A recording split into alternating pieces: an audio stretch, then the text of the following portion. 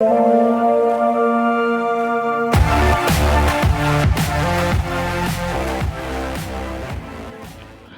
Friends, कैसे हैं आप सभी। तो चलिए आज मैं आपको क्लास 9 का चैप्टर नंबर 7.3 क्वेश्चन नंबर 2 पढ़ाने जा रहा हूं। तो चलिए जिसकी स्टार्टिंग मैं आज करता हूं।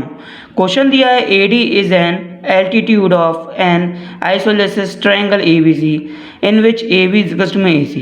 फ्रेंड्स इसका मतलब समझ लेते हैं। पहले नंबर यहाँ पे बोल रहा है कि जो AD है ना, AD जो हमारा एल्टीट्यूड है यानी शीर्ष लंब है किस पे, ट्रायंगल क्या नाम है, ट्रायंगल है आपका ABC जिसको हम आइसोलेसिस ट्रायंगल है इसमें। तो इसमें ये बोल रहा है आइसोलेसिस ट्रायंगल में एल्टीट्यूड यानी शीर्ष लंब दिया गया है AD, जिसके कारण AB इक्वल टू AC है।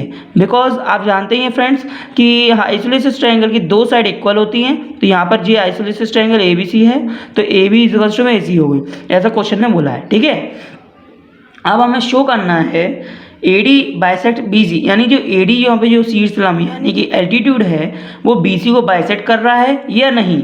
एंड सेकंड पॉइंट हमें शो करना है कि AD बाइसेक्ट एंगल A, यानी जो क्या नाम है एंगल A है, ये एंगल A जो AD जो दिख रही लाइन आपको AD साइड, तो ये AD साइड क्या कर रही है, एंगल A को दो भागों में विभाजित कर रही है यानी कि टू साइड्स में बाइसेक्ट कर रही है। तो फ्रेंड्स ये हमें बताना है कि क्या ऐसा एक्चुअली में हो रहा है या नहीं। ठीक है फ्रेंड्स, तो चलिए स्टार्ट करते हैं।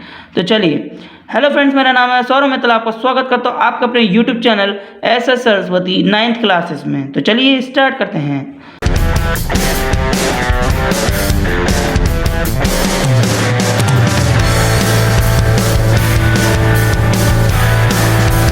क्वेश्चन का सॉल्यूशन है।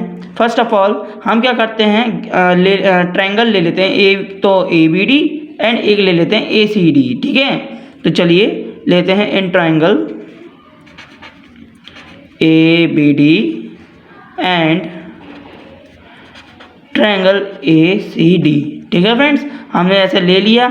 अब इसके बाद हमें क्या करना है, अब हम क्या करते हैं इसके इन दोनों को कॉन्ग्रुएंट प्रूफ करते हैं। अगर ये कॉन्ग्रुएंट प्रूफ हो जाएगा तो ये दोनों पॉइंट्स हमारे ऑटोमेटिक प्रूफ हो जाएंगे। बिकॉज आप जानते हैं कि जब भी कोई दो ट्रायंगल कॉन्ग्रुएंट प्रूफ हो जाते हैं तो उसकी other corresponding sides and angle भी इक्वल कहलाते हैं। आप तो ये बात जानते ही हैं, तो फटाफट इसे हम कॉन्ग्रुएंट प्रूफ करते हैं। तो चलिए, जैसा कि यहाँ पे हमने लिख दिया है। अब यहाँ पर देखो, फर्स्ट ऑफ ऑल पॉइंट क्या दिया गया है आपका, देखिए यहाँ अगर आप ध्यान से देखो तो फ्रेंड्स ये जो D दिख रहा है, D एक 90 डिग्री का एंगल बना रहा है, क्योंकि जो शीर्ष लंब होता है यानी एल्टीट्यूड होता है एकदम स्ट्रिक्ट दिया है और एकदम D पे रुका है, तो ये क्या हो रहा है 90 डिग्री का एंगल बना रहा है। और ये दोनों ट्रायंगल पे बना रहा है तो आप लिख सकते हैं angle ADB is equal to में एंगल ADC, यानी angle ADB is equal to angle ADC। अगर आपको इसका रीज़न बताऊं तो रीज़न लिख दीजिए, बोथ ट्रायंगल कौन होगा 90 डिग्री, यानी दोनों 90 डिग्री के ट्रायंगल हैं। ठीक है, तो चलिए सेकंड हो गया। अब सेकंड स्टार्ट करते हैं। जैसे कि हमने ये बताई दिया, अब एक तो आपको गिवन ही दिया गया AB is equal to AC, यानी आइसोलेसिस ट्रायंगल की AB साइड और एक AC साइड क्या है, इक्वल है। तो यहाँ पे लिख सकते हैं हम आराम से AB इज इक्वल टू में AC, और क्या लिखेंगे, रीज़न गिवन है। ठीक है फ्रेंड्स, इतना हो गया।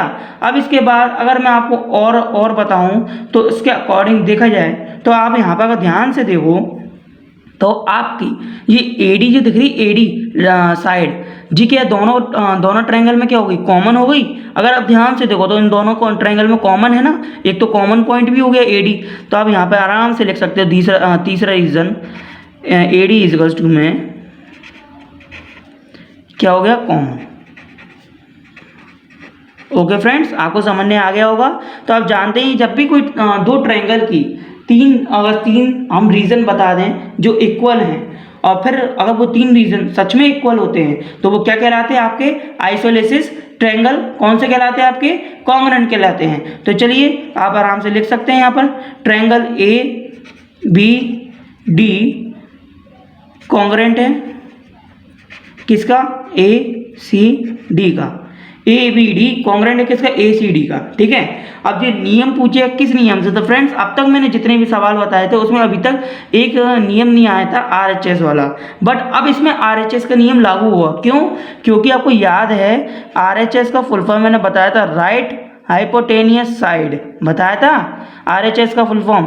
तो फ्रेंड्स यहीं पर देखिए, एक तो राइट साइड कौन सा, कैसे राइट कैसा होता है, 90 डिग्री का एंगल होता है क्या नहीं। तो देखो एक 90 डिग्री का एंगल आपको मिल गया।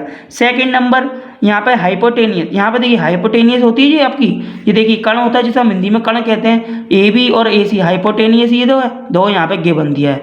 एंड थर्ड रीजन साइड, तो देखिए अगर AD को आप ध्यान से देखिए, ये तो आपकी साइड भी तो है, तो यहाँ देखिए AD में AD कौन हो गई, कॉमन। तो आपका ये कौन सा नियम लागू हो गया, आपका RHS। ठीक है फ्रेंड्स, तो इस नियम से आपको क्या हो जाता है, ये कॉन्ग्रुएंट। ठीक है फ्रेंड्स, जी आपका कॉन्ग्रुएंट प्रूफ हो गया है। अब इसके बाद क्या करना है फ्रेंड्स आपको, हाँ पहले मैं बता दूं फ्रेंड्स, मैंने यहाँ पे ये कॉन्ग्रुएंट की जो स्पेलिंग लिखी है आपकी शॉर्ट में लिख दी है, एकदम घुमा के, आप लोग आराम से लिख सकते हैं बिना हेडिक दिए। ठीक है फ्रेंड्स, मेरे को जो बताना था वो टॉपिक आपको मैं बता चुका हूँ। फर्स्ट ऑफ ऑल अब यहाँ पे जो नियम जो दिए गए हैं, जो मैंने आपको स्टार्टिंग में बोल दिए थे, अगर जब ये दोनों ट्रायंगल आपके कॉन्ग्रुएंट प्रूफ हो जाते हैं तो आपको क्या करना है, ये दोनों को भी, इनको भी इक्वल कर देना है। कैसे, मतलब AD bisect BC and AD bisect angle A। और आप जी पूछे किस नियम से, किस रीजन से, तो लिख दीजिए बाय CPCT, बिकॉज आप जानते हैं कि CPCT का नियम कहता है कि जब भी कोई दो ट्रायंगल कॉन्ग्रुएंट प्रूफ हो जाते हैं तो उसके जितने भी करस्पॉन्डिंग एंगल और करस्पॉन्डिंग साइड होती हैं वो भी क्या होती है, इक्वल कहलाती हैं। तो यहाँ पे जब बोल रहा है नियम में, यहाँ पे नियम में क्या बोला गया है, AD बाइसेक्ट, क्या बोल रहा है, AD बाइसेक्ट कौन, BC।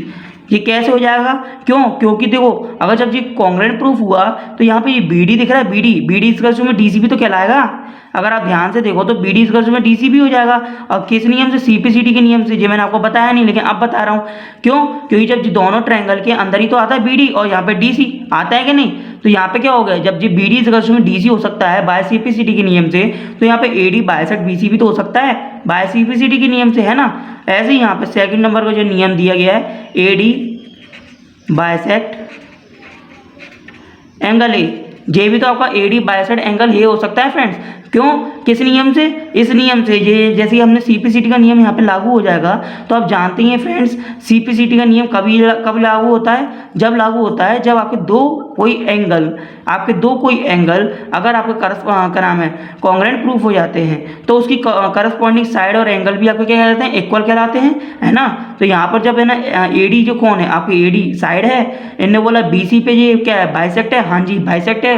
और किस नियम से पूछेगा तो बता सकते हैं आप CPCT के नियम से, क्योंकि जब ये दोनों ट्रायंगल के अंतर्गत ही तो आता है, दोनों ट्रायंगल के अंदर ही तो आ रहा है। जी देखो ABD और ACD, अगर आई हो आपको ये क्वेश्चन ढंग से समझने आ ही गया होगा।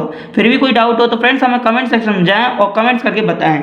ओके फ्रेंड्स, तब तक के लिए आप लोगों को गुड लक। अगर आप हमारे चैनल पर नए हैं तो प्लीज़ सब्सक्राइब करे बिना कहीं मत जाइएगा, और वीडियो पसंद आए तो प्लीज़ इसे लाइक करे बिना कहीं मत जाइएगा, जिससे हम आगे और इससे भी बेहतरीन ट्रिक्स से आपको और अच्छी वीडियो बना सकें। ओके फ्रेंड्स, तो चलिए मैं मिलता हूँ आपसे नेक्स्ट वीडियो में, तब तक के लिए आप लोगों को गुड लक।